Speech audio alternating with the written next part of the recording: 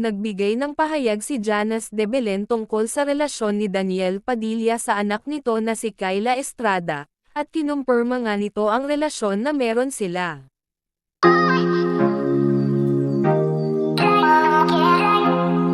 Hindi nakaligtas sa tanong ng isang reporter ang ina ni Kyla Estrada tungkol sa relasyon nito kay Daniel Padilla. Sa naging panayam nga kay Janice de Belen, ay diretsyong inamin nito ang relasyon ng dalawa. Sabi pa ni Janice na nasa tamang edad na ang dalawa, at alam na nila ang kanilang mga ginagawa at desisyon sa buhay, at hindi niya pinapakialaman ang mga desisyon nito.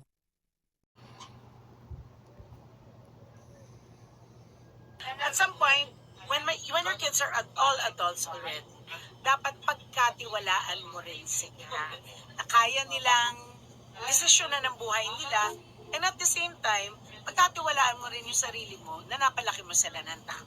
Kung ano yung nakikita nila, yun na yun. Yun na yun. Nagsimula ang usap-usapan ng mapansin ng netizens ang madalas na pagkakasama nina Daniel at Kyla sa ilang private events, parties, at social gatherings.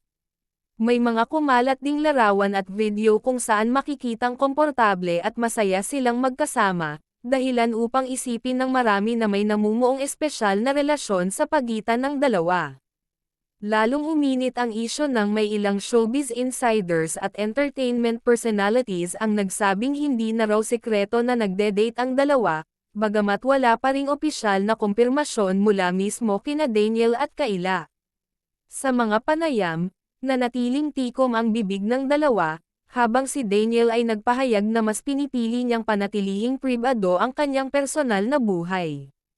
Sa kasalukuyan, wala pang formal na pag-amin, ngunit dahil sa sunod-sunod na sightings at kilos nila sa publiko, marami ang naniniwala na may romantikong ugnayan sina Daniel Padilla at Kyla Estrada. Hanggat walang malinaw na pahayag, ang kanilang relasyon ay nananatiling hindi kumpirmado ngunit aktibong pinag-uusapan sa mundo ng showbiz.